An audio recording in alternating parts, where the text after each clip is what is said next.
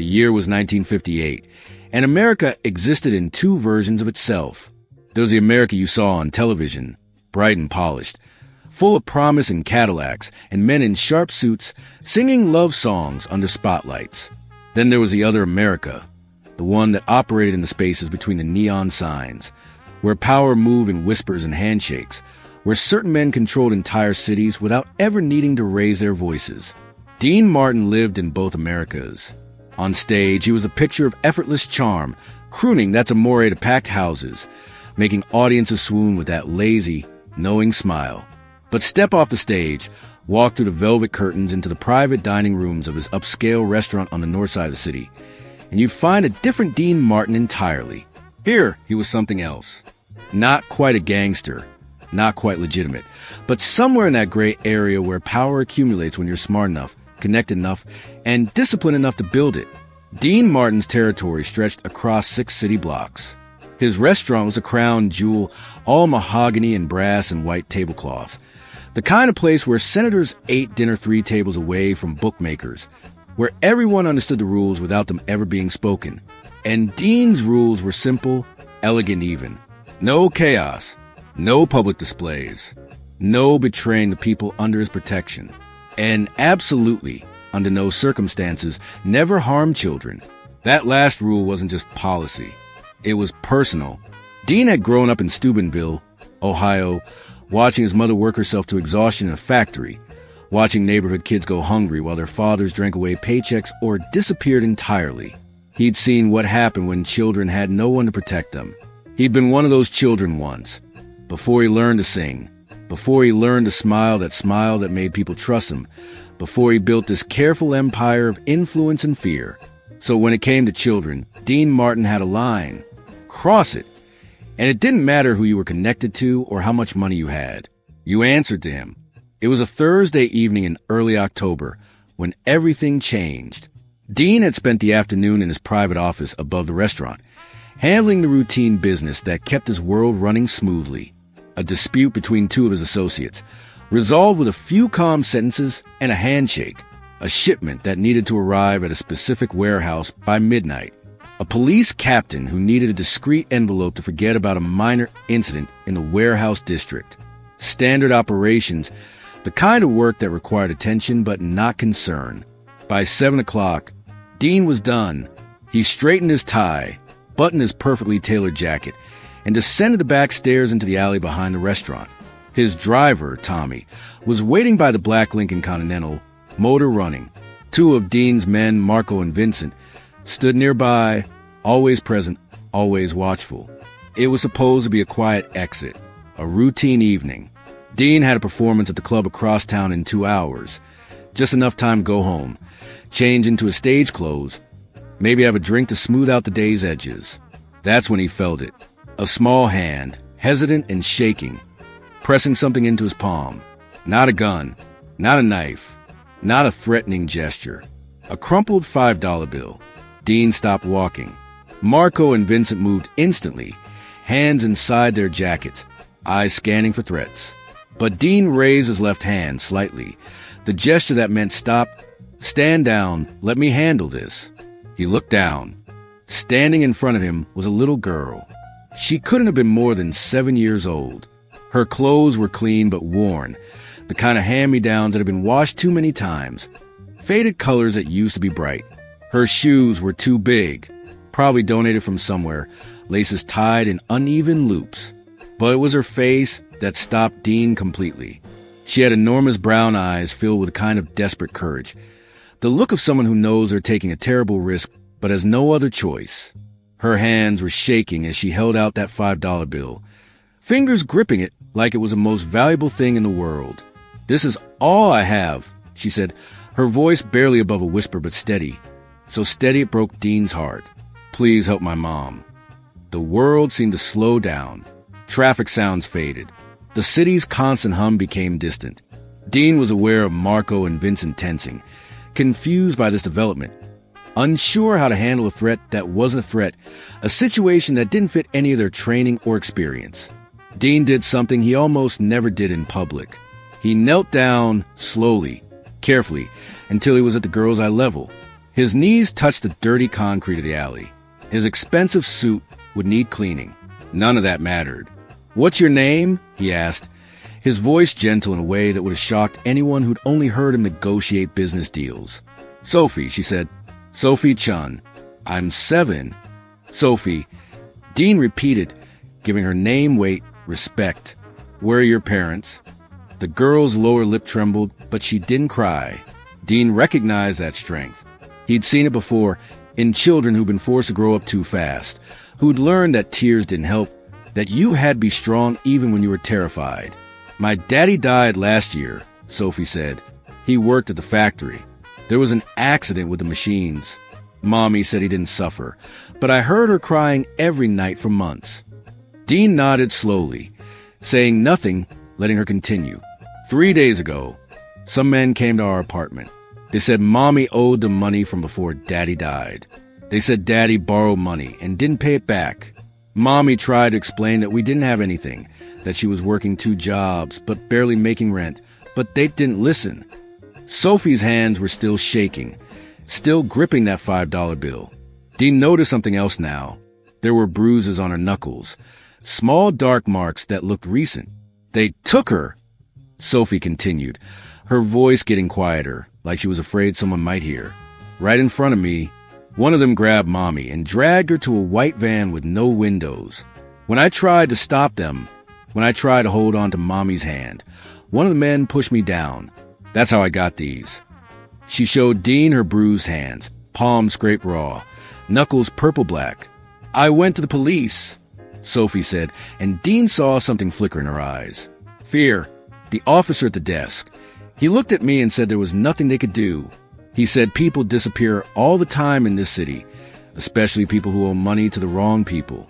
Then he leaned down close and told me I should stop asking questions if I want to see my mommy again. Dean felt something cold settle in his chest. He knew exactly what that meant. The police were either bought off or too scared to interfere, which meant whoever took Sophie's mother was connected, protected, dangerous. "Can you describe these men?" Dean asked, his voice still gentle but with an edge now, a sharpness that made Marco and Vincent straighten slightly. Sophie nodded. She'd been paying attention, storing details like her life depended on it, because it did. There were 3 of them. The one who grabbed Mommy had tattoos all over his arms, like snakes or dragons. I couldn't tell. He had gold teeth in the front, 3 or 4 of them. The driver had a scar across his face, from his eye down to his mouth. The 3rd one, the one who pushed me, he was younger, maybe 20, and he kept laughing like it was all a game. Dean's jaw tightened. He knew those men, not personally, but he knew what they represented. A crew that had been moving into his territory over the past 6 months, pushing boundaries, taking what wasn't theirs, operated with cruelty that violated every rule Dean believed in. They were connected to interests out of Chicago, new players trying to establish themselves through fear and violence. They'd been a problem Dean had been planning to address. But this, taking a woman, threatening a child, this moved them from problem to priority. The white van, Dean said, "Did you see anything else about it? Numbers, marks, anything?" Sophie thought hard, her forehead wrinkling with concentration. There was writing on the side, but it was painted over, like they didn't want anyone to read it. I could still see some letters, though. I think it said something about a laundry service. Dean knew the van. He knew exactly which fake laundry service fronted for their operation. He knew where they kept the van. And now, he knew what they were using it for. Against every rule he'd lived by, against the careful calculation that had kept him alive and powerful for 2 decades, Dean felt something shift inside him. It was like a door opening in a dark room, letting in light and memories he'd locked away. He remembered his own mother, working herself to the bone, no one protecting her, no one caring if she was safe or fed or treated with basic human dignity. He remembered being Sophie's age and watch his father leave for the last time, knowing even then that asking for help was useless because there was no help coming.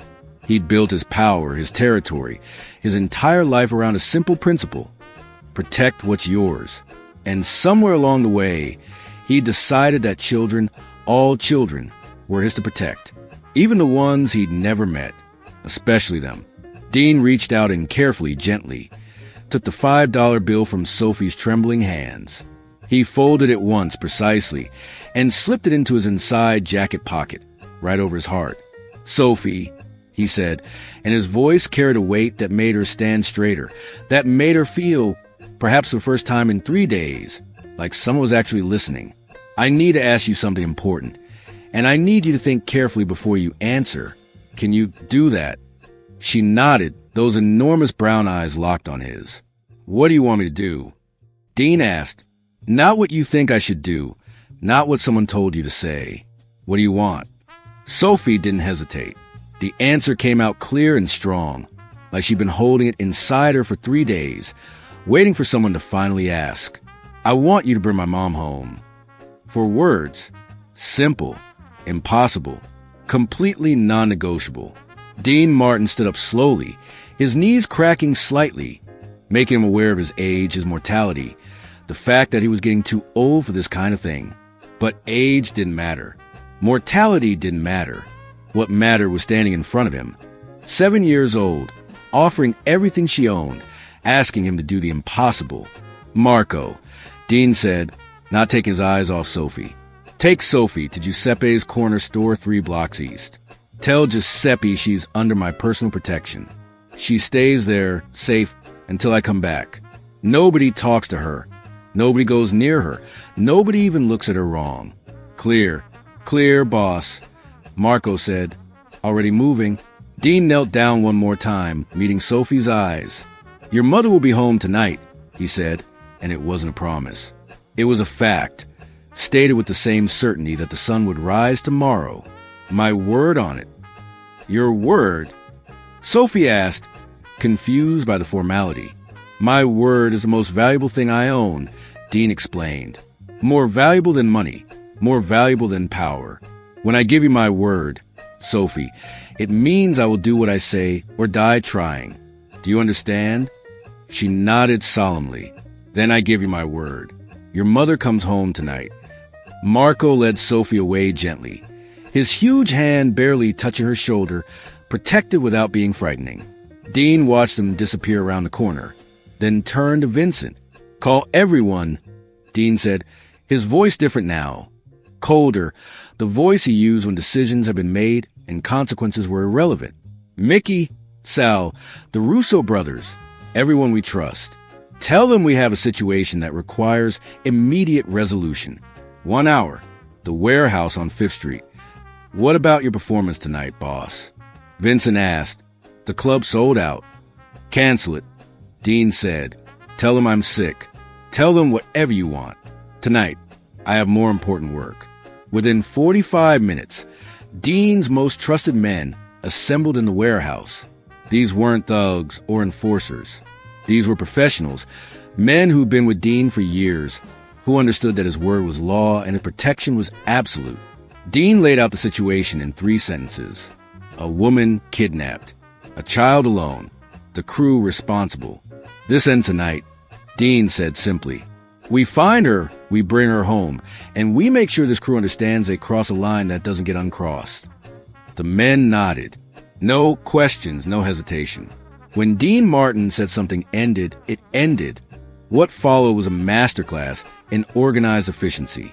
Dean's network of contacts, built over decades, activated like a machine. Informants made calls. Drivers who worked for the rival crew were quietly approached and encouraged to share information. A warehouse supervisor who'd seen the white van was located and convinced to talk. Within 2 hours, Dean knew everything. The location where they were holding Sophie's mother and 3 other women, all taken under similar circumstances, all being held for ransom from families who had nothing. The names of every man involved. Their schedules. Their weaknesses.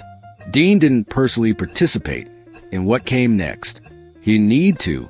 He made calls, gave orders, set events in motion with the precision of a conductor leading an orchestra. The warehouse where the women were held was secured at exactly 11:15 p.m. Dean's men moved in silence, professional, efficient.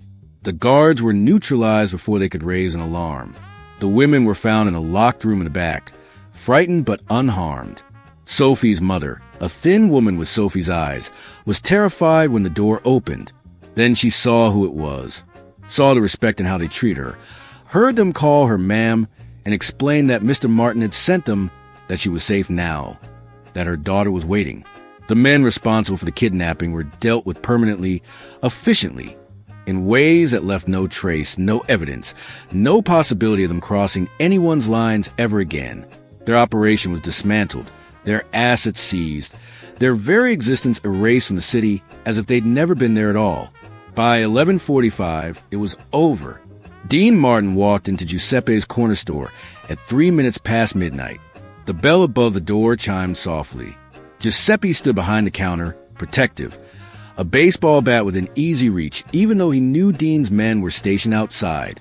Sophie was sitting in the back corner, on a wooden chair, swinging her legs because they didn't quite reach the floor. She'd been given a sandwich and a glass of milk, which sat mostly uneaten on the small table beside her. When she saw Dean walk in, she froze. Then she saw the woman standing behind him. "Mommy!" Sophie's scream was pure relief, pure joy, pure everything a 7-year-old who thought she lost her mother forever could feel. She launched herself off that chair and ran, and her mother dropped to her knees and caught her, and they held each other so tight it looked like they might never let go. Dean watched from the doorway, his face carefully neutral, but his hands were in his pockets, hiding the fact that they were shaking slightly.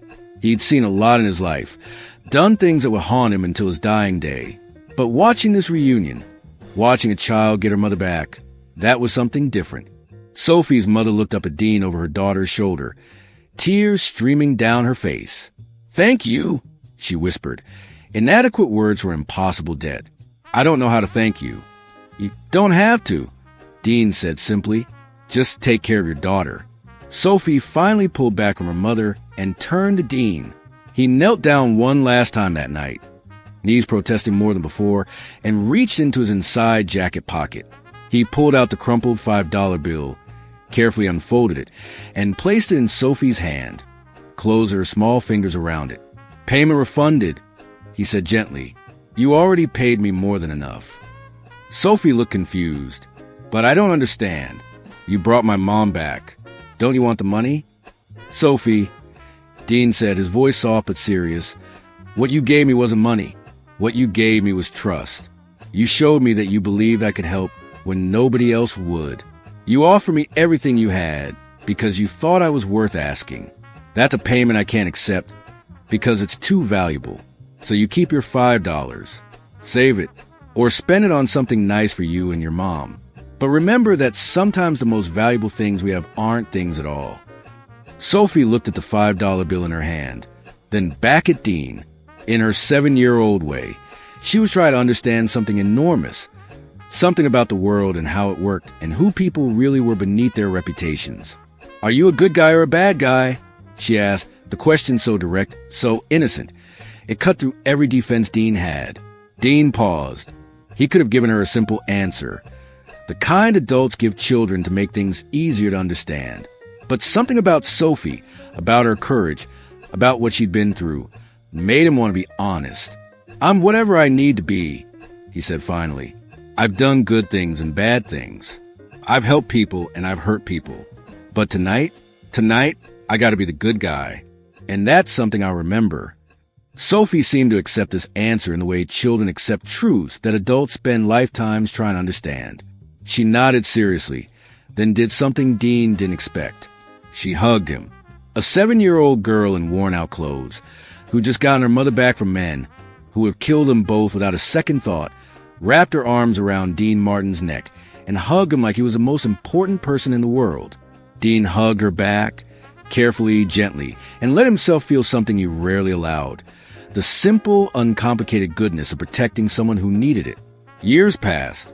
Dean Martin continued being Dean Martin, living in both Americas, the bright one and the shadowed one. He performed at clubs, made records, charmed audiences, and ran his territory with the same elegant efficiency. But something had changed that night with Sophie. Not dramatically, not in ways that showed on the surface. But Dean found himself paying attention to different things. When he heard about children in trouble, he made calls. When single mothers in his neighborhood struggled, anonymous envelopes appeared with enough money to make rent buy food, get by another month. He never talked about it. That wasn't his way. But his men noticed. Giuseppe noticed. The neighborhood noticed. Sophie grew up safe. Her mother got a better job working at Dean's restaurant. Nothing charity. Honest work for honest pay, but with the kind of security that came from being under Dean Martin's protection. Sophie went to school, did well, stayed out of trouble. She never forgot that night. Never forgot the man who knelt in an alley and took her seriously when she had nothing but a crumpled $5 bill and a desperate hope. 15 years later, Sophie Chin graduated from college with a teaching degree. She became an elementary school teacher, working in the same neighborhood where she'd grown up, teaching children who looked like her, who came from the same kind of struggling families. Every year, on the anniversary of the night Dean brought her mother home, Sophie would walk to the restaurant. It was fancier now, more successful, but still Dean's place. She'd leave a small envelope at the hostess stand, addressed simply to Mr. Martin. Inside was always the same thing, a $5 bill and a note that read, "For the next kid who needs help." Dean kept every single envelope in his office safe, 32 of them eventually, until the day he died. He never spent the money, never acknowledged the envelopes publicly. But every year when one arrived, he'd sit alone in his office, unfold that $5 bill, read that note, and remember that true power isn't about control or fear or how many people owe you favors.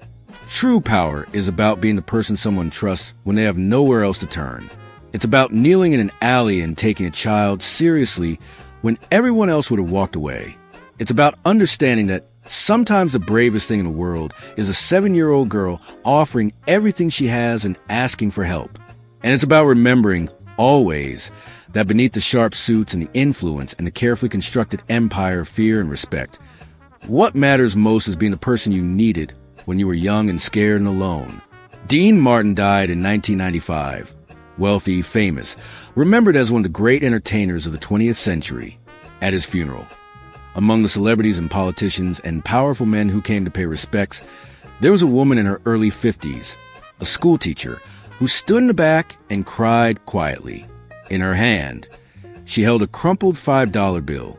The story became legend in that neighborhood, passed down through generations, probably embellished over time the way these stories always are. But the heart of it remained true. The night a little girl with nothing but courage and $5 walked up to one of the most powerful men in the city and asked for help. The night he gave her his word. The night he kept it. Because that's what matters in the end. Not the power or the money or the reputation. What matters is the moment when someone needs you, when they trust you with everything they have, and you prove yourself worthy of that trust. That's the performance worth remembering. That's the legacy worth leaving. That's the man Dean Martin became the night a 7-year-old girl made him freeze with 4 simple words. "Please help my mom." And he did,